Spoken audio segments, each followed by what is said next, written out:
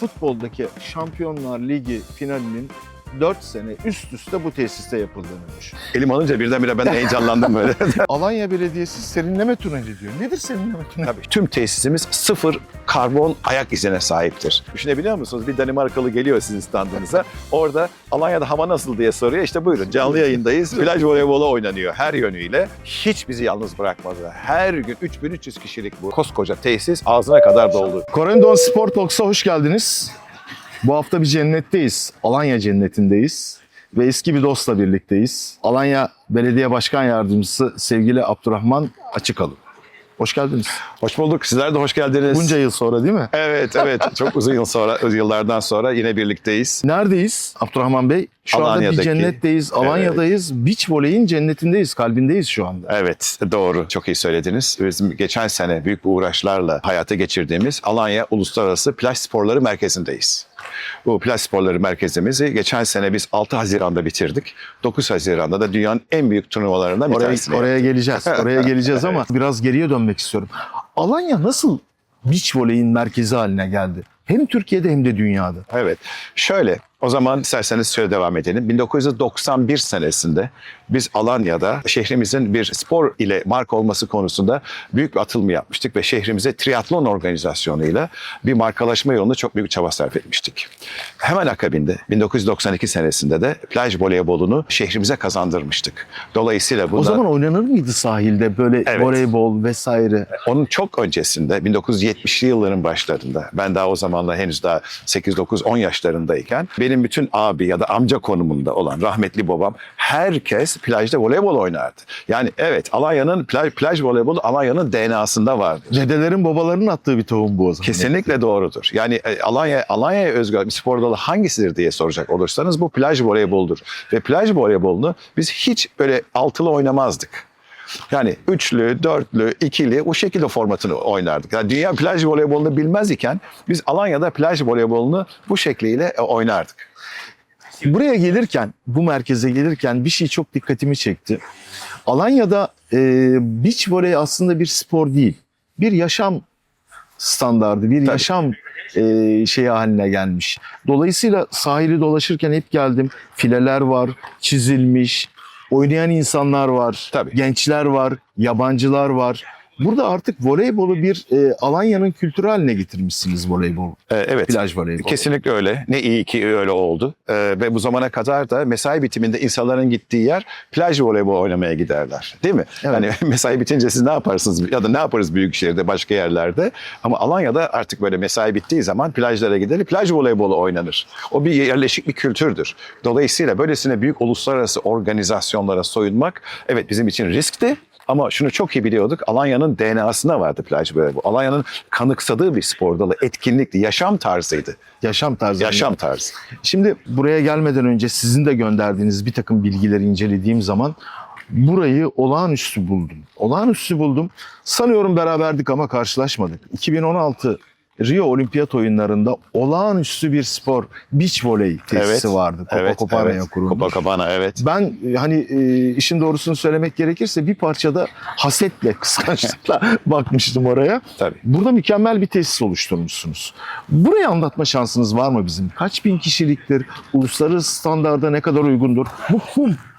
Evet. Yani bu kumun özelliği nedir?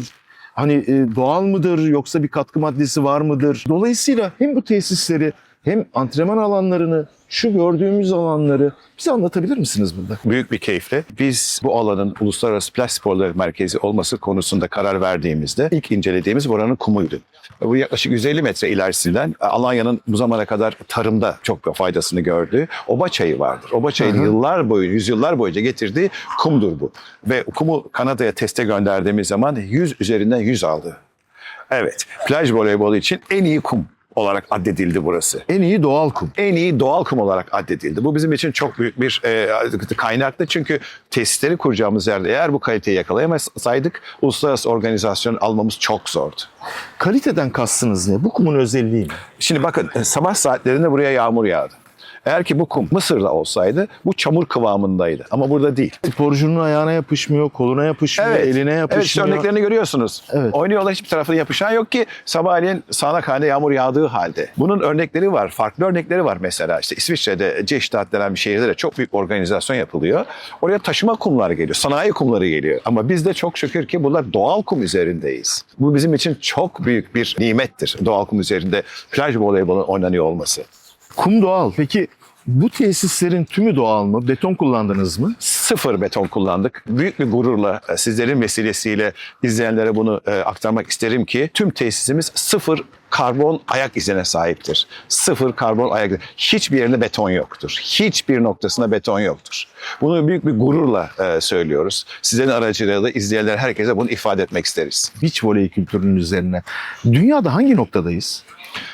Spor olarak bir parça gerideyiz. Spor olarak bir parça gerideyiz. Ama inanıyoruz ki bu tarz tesisler, özellikle bu tesisin biraz sonra daha da böyle bir hayata geçmesiyle Türk sporcularımızın sayısı hızlı bir şekilde artacaktır. Onların da kabiliyet ve becerileri çok kısa bir süre içerisinde daha üst seviyeye taşıyacağız. Ama şu an itibariyle bir parça gerideyiz. Peki şuradan hareket edelim. Şimdi bu top beach voley topu. Evet. Official bir top. Evet. Beach voley topunun normal voleybol topundan farkı nedir? Şöyle izah etmek isterim size. Bakın elinize aldığınız zaman da böyle bir hafif sanki böyle Evet. havası yokmuş hissi verir size. Doğru. Halbuki salon voleybol topları aldığınız zaman değil mi? Çok serttir. Daha serttir. Evet. Biraz futbol topuna benzer hali vardır. vardır. Evet. Plaj voleybolunda çok farklı vurma teknikleri vardır. Salon voleybolundan farklı olarak. Yeri geldiği zaman da vurabilirsiniz gibi. Anlatabildim mi? Ya da parmak ucu. Bütün bu vuruşlara uygun halde bir formatı olması gerekir. Sanki biraz havası yokmuş gibi olmasının nedeni havada biraz daha uzun süre kalmasını arzulanır ve de yapacağınız her türlü hamleye uygunluk sağlaması açısından topun formatı bu şekilde dizayn edilmiştir. Bir de ıslandığı zaman deforme olmaz. Salon voleybolda toplarında olduğu gibi. Çok çabuk kurur. Evet, hemen çok çabuk kurur. Çok Yağmurlu çabuk. havada da oynayabilirsiniz. Tabii Yani yağmurlu havada da oynayabilirsiniz. Ah. Evet, işte özelliği budur. Bu da işte plaj voleybolu. Elim alınca birdenbire ben de heyecanlandım böyle. İşin doğrusunu söylemek gerekirse ben buraya gelince ayakkabılarımı çıkarıp yürümek dahi istedim. Gerçekten olağanüstü bir tesis. Peki Evet. şehrin yaklaşımı ve halkın yaklaşımı nasıl? Evet, o konuda çok ama çok gururluyuz Alanya olarak. Çünkü bu tesisin maddi olarak yapımını üstlenenler şehrimizdeki sağduyulu otel sahipleri, turizm yatırımcıları, inşaat sektöründe olan arkadaşlarımız. Kısacası bu tesis Alanyalılara aittir. Alanya'da yaşayan iş adamlarına aittir bu tesis. Yerel Otelcilere organizasyonlar aittir. yapıyor musunuz? Tabii ki. Biz Ocak ayına itibaren her ay burada halk turnuvaları yapıyoruz. Halk turnuvalara yaklaşık 70 takım katılıyor. Bakar 70 mısınız? takım. 70 takım katılıyor. Hatta geçen Şubat ayında yaptığımız turnuvanın burada prodüksiyon kabiliyetiyle tam da o tarihler arasında Danimarka'nın Herning şehrindeki turizm fuarına canlı olarak yayınlamıştık turnuvayı. Düşünebiliyor musunuz? Bir Danimarkalı geliyor sizin standınıza. Orada Alanya'da hava nasıl diye soruyor. İşte buyurun canlı yayındayız. Plaj voleybolu oynanıyor her yönüyle. Tabii biliyorsunuz bu türlü şeyler çok değerli. Yani sadece orada bir plaj voleybolun değil olduğu gibi biz Alanya'yı, şehrimizi pazarlıyoruz. O bakımdan çok değerli. Seyircinin katılımı nasıl oluyor? Yani beklediğimizden çok iyi. Örneğin geçen yıl yaptığımız turnuvada, 5 günlük sonra turnuvada bütün tribünler olduğu gibi doluydu. Evet, bir de aydınlatma sistemimiz var. Akşam oluyor maçlar olduğu gibi. Yani o kadar çok müteşekkiriz ki halkımıza. Hiç bizi yalnız bırakmadı. Her gün 3300 kişilik bu koskoca tesis ağzına kadar Akşam doldu. düzenlemenizin nedeni güneşten kaçınmak, sıcaktan kaçınmak. Evet, sıcaktan kaçınmak için. Bir parça sıcaktan kaçınmak için. Mesela bu sene de final maçımızı saat 10'a koyduk. Akşam 10'a, 22'ye koyduk. Final maçımız 22'de olacak. Evet Abdurrahman Bey, çok uluslu bir kentte yaşıyorsunuz. Burada sanıyorum Norveçliler var, Finliler var, Almanlar var, Ruslar var. Hatta şu anda savaş var, Ukraynalılar var. Şu anda arkamızda gördüğümüz oynayan arkadaşlarımızın arasında büyük bir olasılıkla Rus ve Ukraynalılar da var. Tabii Belarus, Rus ve Ukraynalılar var arkamızda, Türklerin yanı sıra. Onlar orada savaşıyorlar. Evet. Bu arkadaşlarımız burada beach voley Tabii. yapıyorlar. Evet böyle. Biz Alanya olarak böyleyiz. Ülke olarak böyleyiz ama özellikle Alanya olarak böyleyiz. Alanya'da 130 farklı ülkeden yaklaşık 45 bin yeni Alanyalıları var. Bunların yaklaşık 20 bin tanesi ikamet almış durumdadır. 20-20 küsur bin tanesi. Bunlar buranın artık bir dokusu içerisindedir. Toplam nüfusumuz 400 bindir. Bunun yaklaşık 40-45 bini yeni Alanyalılardan oluşur. %10'u. Evet, %10'u. %10'u. %10'u. Yani bu bizim için çok değerlidir. Sporda, sanatta, kültürde fevkalade güzel bir etkileşimimiz var. Biz onlarla birlikte yaşıyoruz Alanya'da. Karşılıklı birbirimizle yakınlık kuruyoruz. Çok Allah nazardan saklasın ama çok hoş bir birlikteliğimiz var. Tıpkı sizin de biraz önce örneğini gösterdiğiniz gibi. Sevgili izleyiciler, çok enteresan bir şey. Bu tesisi hakikaten gördüğüm zaman ben çok etkilendim. Etkilendim diyorum. Şöyle hayal edin. Futboldaki Şampiyonlar Ligi finalinin 4 sene üst üste bu tesiste yapıldığını düşün. Yanılmıyorum değil mi? Evet, çok yerinde. 2026'dan itibaren 2029'a kadar burada beach voley'in Şampiyonlar Ligi maçları oynanacak. Evet, çok doğru. Bu sene ikinci senemizdeyiz. Önümüzde 2 sene daha kaldı. Dediğiniz gibi 4 senede biz Dünya Voleybol Federasyonu'yla el sıkıştık. Bu bizim için çok büyük bir gurur kaynağı oldu. Çünkü artık herkes biliyor ki, biz de biliyoruz ki önümüzdeki 3 sene, bu sene dahil önümüzdeki 2 sene, Haziran 2. haftasında bu turnuva Alanya'da yapılacak. Türkiye'de ve Alanya'da yapılacak. Biliyorsunuz tarihlerde yer almak çok önemlidir. Çok önemli. İşte biz bunu başardık. Gurur duyuyoruz.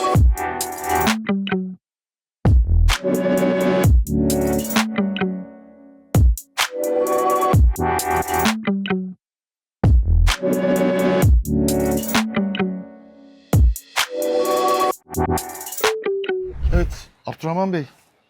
Şu anda tesisin girişinden aşağıya indik. Evet. Bize biraz anlatır mısınız burası? Tabii ki. Burası bizim temsil ve ağırlama merkezimiz.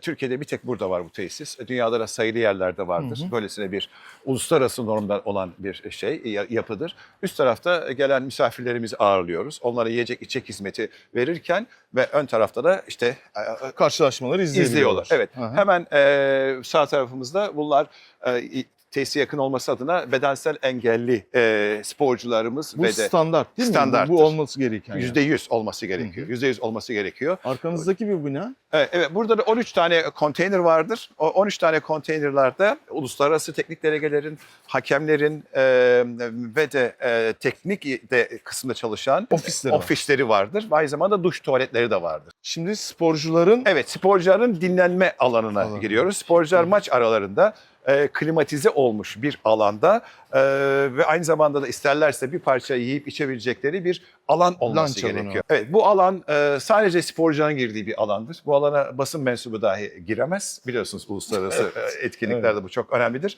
Sporcular maç arasında girip burada puf minderlerimiz oluyor organizasyon sırasında. Sporcular dinleniyor. Buraya bir yeme içme koşesti koyuyoruz. İstediği gibi enerji içecekleri, yiyeceklerini alıyor. Gerekirse bilardo oynuyor burada. Rahatlıyor. stresini atıyor. Stresini rahatlıyor. atıyor. Televizyonlar koyuyoruz. Televizyonda rakiplerinin maçlarını seyrediyor. Burası sporculara özgü bir alandır. Şimdi nereye doğru gideceğiz? Şimdi de hemen tesisin sol tarafındaki antrenman sahalarını göreceğiz. Sporcular maça çıkmadan önce orada ısınma babında antrenmanlarını yapıyorlar ki daha sonra merkez kortta maçlarını yapıyorlar. Orası halka da açık değil mi? Evet, orası halka da açık. Halk turnuvalarımız sırasında gerek o sahaları gerekse merkez sahaları turnuva zamanında kullanıyoruz.